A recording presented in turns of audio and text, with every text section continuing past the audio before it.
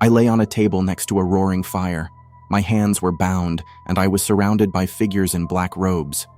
The beautiful young woman who looked like she was still in her teens approached me holding a nasty-looking knife encrusted with jewels. "Please don't do this," I said.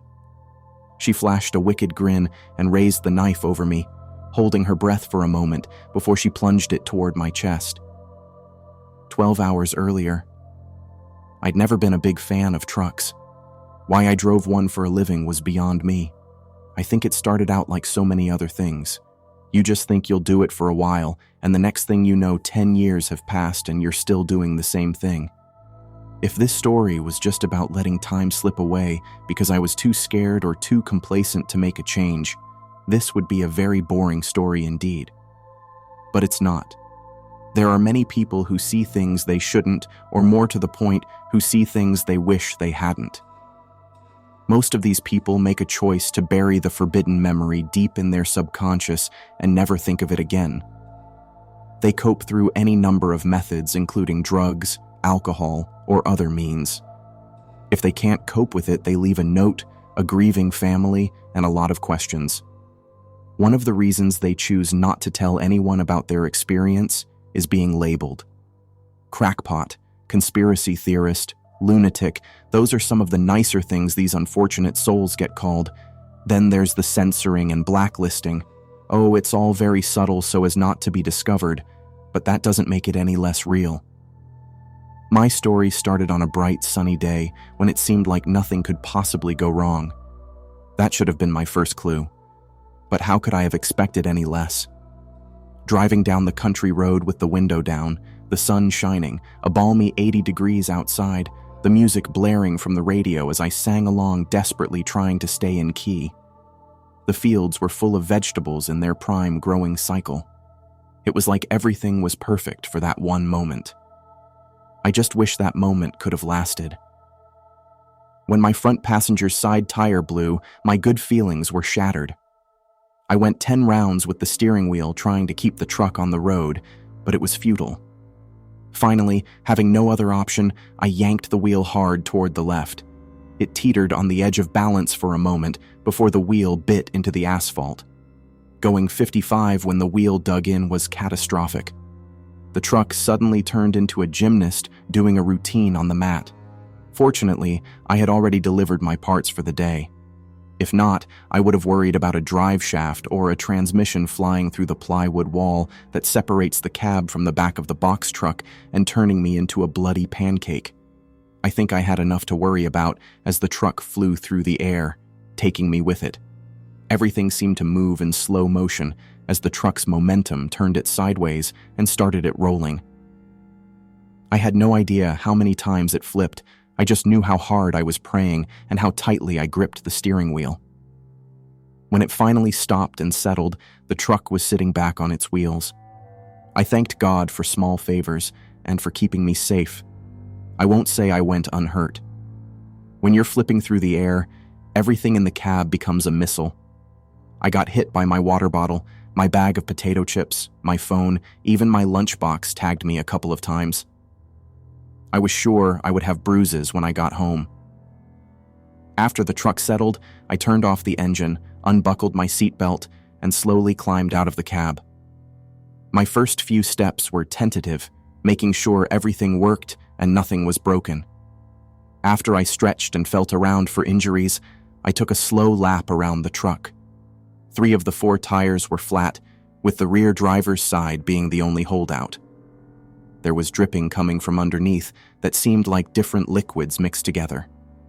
I decided it would be a good idea to get whatever I was going to salvage out of the cab quickly, just in case one of those liquids happened to be gasoline. I grabbed everything I could and went down the road 50 yards or so before setting the armful of stuff down on the berm. I sat down in the grass along the road and looked at the truck. I could see the top had been bent. It looked comical, as if it was leaning over and needed help to stand up straight. Thinking of that reminded me that I needed help. The road wasn't very well traveled. It was a 2-lane country road I had been driving on for nearly an hour, and I hadn't passed more than a handful of cars. I dug through my pile of rescued items and found my phone. I really wish I hadn't. The screen was splintered. I tried to turn it on, but it was no use. I wouldn't be calling anyone with it ever again. Darlene! Immediately, an overweight, middle-aged woman appeared in the doorway, wearing a ragged dress with an apron over it. This fella says he was in an accident down the road and needs to call a tow truck, the man said. But the phone... She started, but was instantly silenced by a glare from the man. She hung her head. She'll show you where the phone is, the man told me. Then he drove away on the tractor. I'm sorry for any inconvenience, ma'am, I said. It's no trouble, she said, looking up but not meeting my eyes. The phone's in here. She stepped inside and held the door open for me to follow. The inside of the house was a stark contrast to the outside. It was clean and very well kept. I was surprised to see the portraits hanging on the wall had no dust on them at all. She led me down a hallway that ended in an immaculate kitchen. It was like someone had dropped it here straight out of a 50s TV show. I was so busy taking in the pristine condition of the room that I completely missed the phone hanging on the wall. She turned and pointed it out to me. I reached for it, but wiped off my hands before picking it up so I wouldn't leave any marks. When I put it up to my ear, I heard a strange sound I couldn't identify, but no dial tone. I clicked the receiver a few times, but still got no dial tone. It's not working, I said. She took the phone from me and tried to use it, but was unsuccessful as well. I apologize, she said, gently, hanging the phone back on its cradle. The storm must have knocked it out. What storm? I said. She hesitated. We had a storm last night and lost power, she said, avoiding my eyes. It must have taken out the phones as well. Didn't you know about this before? We don't use the phone much, she said. If you hadn't come, I might not have known it until tomorrow or the next day. Wow, I said. I can't imagine going days without using my phone. I mean, we don't really have that many people to call, she said, twisting her apron into a knot. Maybe I should try another house, I said.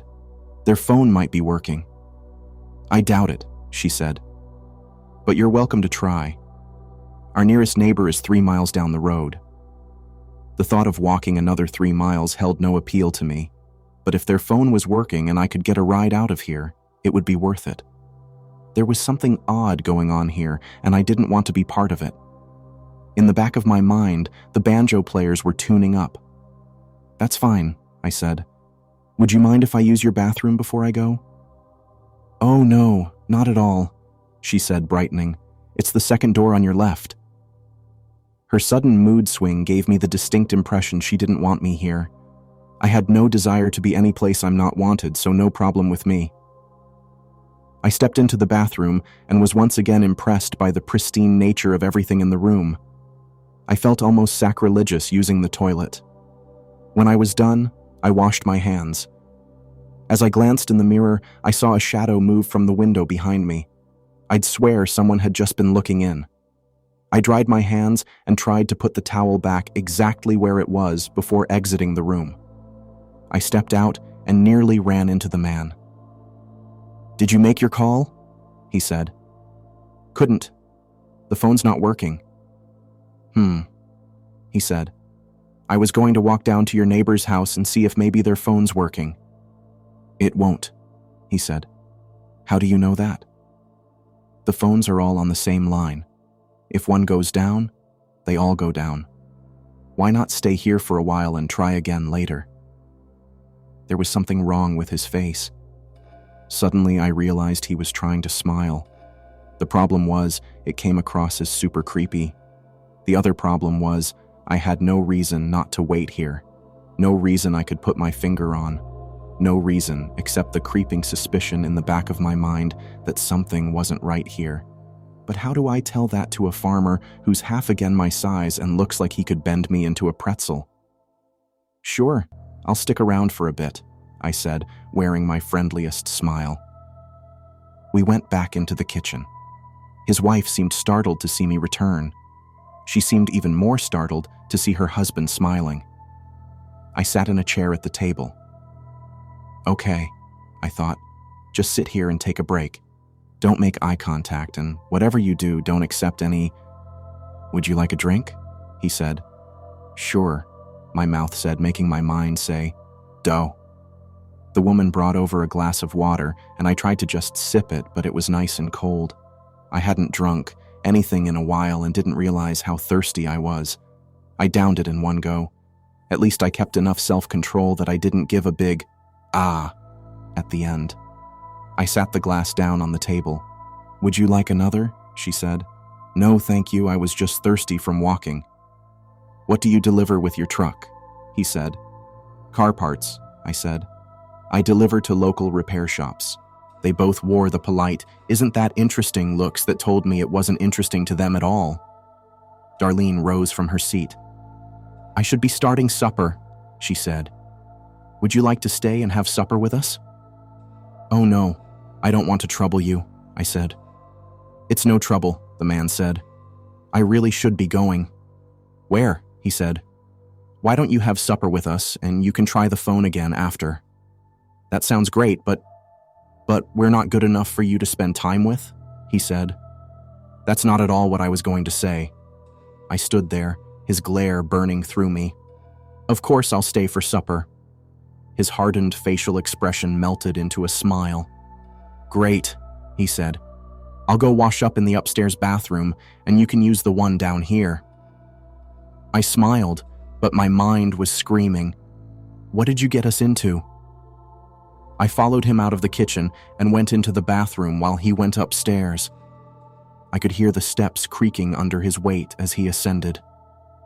I stood there holding the bathroom door, looking at my escape, the front door a handful of steps away. But where would I go? Back out on the road where he could easily find me? Maybe I could flag down a passing car before he knew I was gone. But then again, who knew when a car would go by? This wasn't exactly the interstate. In the end, I gave up and went into the bathroom to wash up. Not knowing exactly what that meant other than washing my hands, I decided to wash my face too, just in case. As I dried my face, I saw the shadow in the window again. I tried to play it cool and put the towel back on the rack, then slid over toward the window and darted toward it. The shadow was too quick and disappeared before I could get a look. I came back over to the mirror and stared into the tired eyes of a man in his late 30s who had traded his dreams for a secure job. You must be crazy, my reflection said. Why don't you crawl out that window and get away from here? I turned and looked at the tantalizing window. When I turned back to the mirror, my reflection was still there. You want me to take the risk of escaping while you sit nice and comfy in your frame, I said. Why don't you escape? My reflection glanced at the window but didn't make a move toward it. That's what I thought, I said to the reflection. I stepped out of the bathroom and was greeted by the most delicious smell. I glided into the kitchen and drank in the smell of glorious food. What's that amazing smell? I said. Darlene jumped and turned around, brandishing a large spoon in self-defense. I'm sorry, I didn't mean to scare you, I said. It's all right, she said, her cheeks turning red. I'm not used to anyone coming to the kitchen until I call for them. Do you need any help? Help? She said, looking at me like she didn't understand the word. Yeah, help, like with setting the table, I said. Oh no, I always take care of that, she said. But thank you. I went to the table and sat down, watching her glide through the kitchen with practiced ease. In no time, plates, glasses, and silverware appeared on the table. I noticed 5 place settings, including the one where I sat. I was about to ask about the others when she yelled, "Supper!" It startled me when I realized it was the loudest I'd heard her say anything. The man came through the door first, followed by a boy maybe 11 years old. Next came a young woman in her teenage years. I quickly glanced away. The man's eyes bored into mine, and I suddenly found the pattern on the dishes to be the most interesting thing I'd ever seen. Darlene brought over a large bowl and a plate full of biscuits. 3 hands each grabbed a biscuit. The man took 2 and began to disassemble them on their plates. then poured the gravy over the remnants of the biscuit. "Well, what are you waiting for?" the man said to me. "Help yourself." I took a biscuit and separated it in half, then poured gravy over it that had chunks of meat in it. "What kind of meat is this?" I said, inhaling the tantalizing aroma. "Chicken," Darlene said, darting her eyes toward the man. "It smells amazing," I said, picking up my fork and diving into the gravy-soaked biscuit. "Aren't you forgetting something?" the man said. I looked around and found all eyes on me as my fork froze halfway to my mouth. I paused and set it down, then folded my hands as the others had already done. "Dear Lord," the man said, "thank you for the hands that prepared this meal and for blessing us with another day of life. Please help this fella to find his final destination and bless us to do your bidding. Amen." I opened my eyes, and everyone else was already devouring their meal. I picked up my fork, checking to be sure I wasn't going to be admonished for eating this time, and began devouring as well.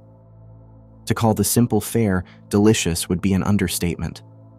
It was hands down the most incredibly tasty meal I'd ever eaten. I shot Darlene my biggest smile. "This is really delicious," I said. The man glared at me.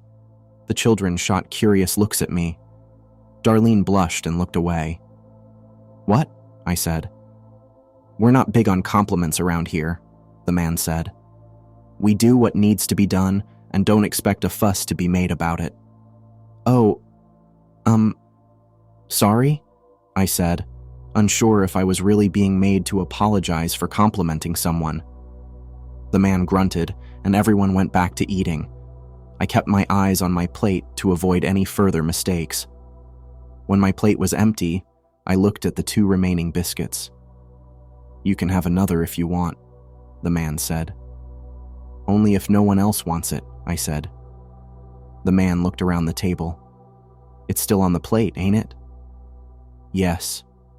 "Then nobody else wants it." I tentatively reached for the delectable lump of dough, waiting to see if anyone would change their mind.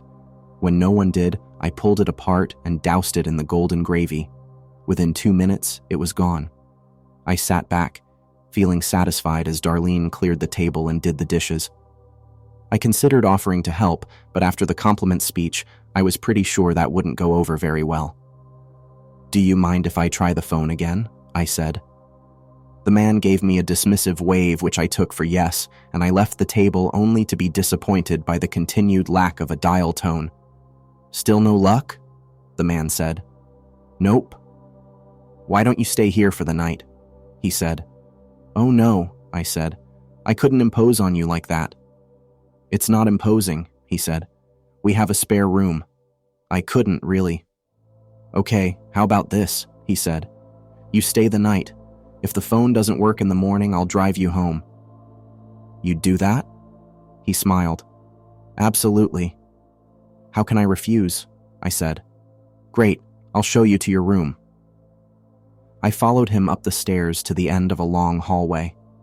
There were 3 doors on the left-hand side and 2 doors on the right. We went to the last door on the left and into a beautiful bedroom. "Wow, this is amazing," I said. He looked around.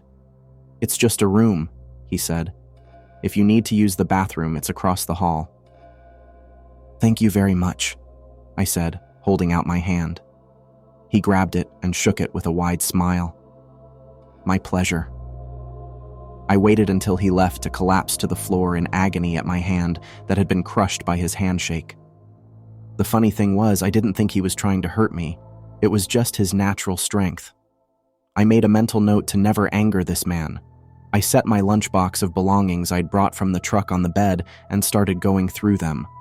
I pulled out the small flashlight and set it on the nightstand. Next was the keychain-size can of pepper spray. I looked at it for a moment, then stuck it in my pants pocket. I stuck the multi-tool in my pocket as well, then set the rest, mainly consisting of snacks, in the drawer. I wandered over to the window and looked out. It must have faced the back of the house because all I could see was a barn and a lot of field. The boy and the man were out there busying themselves with chopping firewood and throwing it on a pile. I didn't think too much of it since it was July and winter would be here soon enough. The sun was almost down, and with it, my last thoughts of going back to the truck or trying to walk to another house. I'd heard stories about things that roamed the countryside in the dark. I'd seen my share of them and knew they were nothing to be trifled with. This place was nice, and the people were friendly, in their own quirky way. I decided to go to the bathroom and get ready for bed. I opened my door and almost ran into the girl as she was reaching for the bathroom door. "Sorry," I said. "Would you like to go first?" she said, looking down. "No, you go ahead." She looked at me for a moment and grinned. I backed into my room and closed the door. I searched the room looking for anything to entertain me. There was no TV, no radio, nothing to distract me. In desperation, I opened a drawer and a Bible stared back at me. I shrugged. Maybe the good book will help me keep my mind off bad things. I flipped it open, stopped on a random page, and read James 1:14, 15, 14. But each person is tempted when they are dragged away by their own evil desire and enticed. 15. Then, after desire has conceived, it gives birth to sin, and sin, when it is full grown, gives birth to death. Great, I thought, slamming the book closed and tossing it back in the drawer. Just then, there was a light tapping at the door. I went to it and opened it only to find the girl standing there just inches from me. "I'm done if you'd like to use the bathroom now," she said.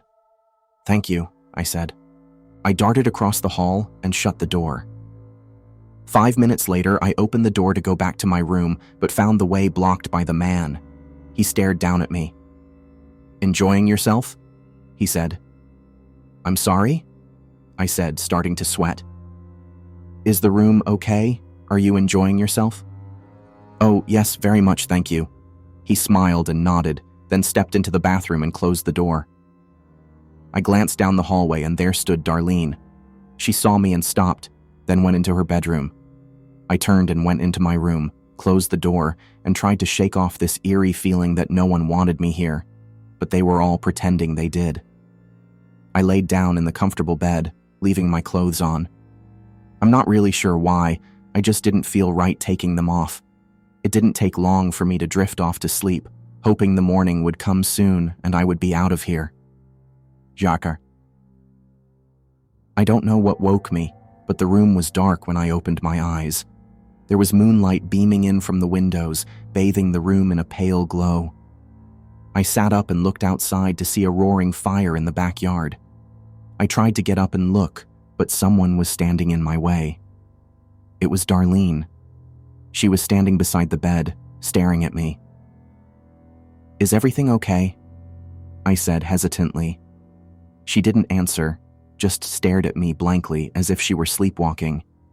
I went to the other side of the bed, but someone was there too. It was the girl. She also was staring at me with a blank look. I tried to slide to the end of the bed, but the man and the boy were standing there staring as well. They were all dressed in black robes. I backed up until my back was against the headboard. "What is this?" I said, my eyes darting back and forth from one person to the next. No one answered. It was eerily silent. I was hard-pressed to hear if they were even breathing. My heart was beating so loud. I had a sudden flashback to a zombie movie where this same thing happened right before they ate the person. My mind was reeling. I was in full panic mode. I had no idea what they wanted, but I was sure it wasn't good. I thought about making a break for it, but they had me surrounded. I started thinking in terms of the weakest link. The girl was standing beside the bed. Surely I could push past her before one of the others could get a hold of me. It would have been a good plan if the door was on the wall beside the bed, but it wasn't. It was on the wall at the foot of the bed, which meant pushing past her, then trying to get past the man and the boy before reaching the door. I was past regretting ever seeing this house. I was only concerned with getting out alive. While I was thinking about escape, they made their move. They all grabbed me at the same time. It happened so fast I had no way of avoiding it. I tried to pull away, but their grip was like iron. It was even impossible to yank out of the girl's grip. They held me down and tied my hands with rope.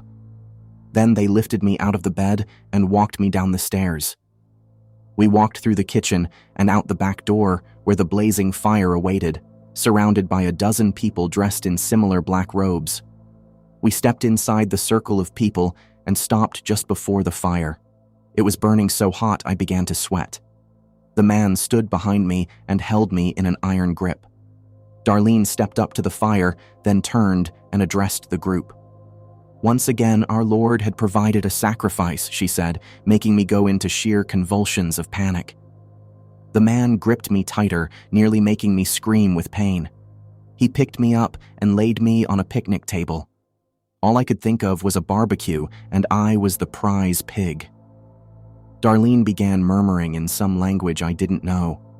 It was repeated by the rest of the group. Even the young boy was murmuring and looking at me with malice in his eyes. The sounds reached a fever pitch as they raised their hands and looked to the sky. I tried to take advantage of the moment and roll off the table, but the man's grip on my shoulders was like a vice. They reached a crescendo, and the sound died down as they lowered their hands and locked all eyes on me. I knew my time had come. Darlene turned toward me and pulled out a wicked-looking dagger that was covered in gemstones. She took a step toward me, then turned and handed it to her daughter. She took it in 2 hands with reverence, then held it by the hilt and started toward me. The once angelic face had taken on a menacing grin. She approached the table, receiving approving looks from all those around as they closed the circle in tight. "Please don't do this," I said. She flashed a wicked grin and raised the knife over me, holding her breath for a moment before she plunged it toward my chest. I was out of options. I did the one thing I swore I'd never do again. My hands darted up with inhuman speed and caught hers, holding the knife at bay. She struggled, putting all her weight into the downward thrust, but my hands had already grown larger and hairier. Her eyes grew wide as she drank in my transformation, watching as my arms, legs, and chest grew insanely strong muscles and became covered in fur. Her shock was magnified when I flexed my arms and shattered her wrists, bending them backward and plunging the knife into her chest. Her mouth fell open to scream, and I filled it with my claws, ripping straight through the back of her head. I grabbed her throat and ripped it out.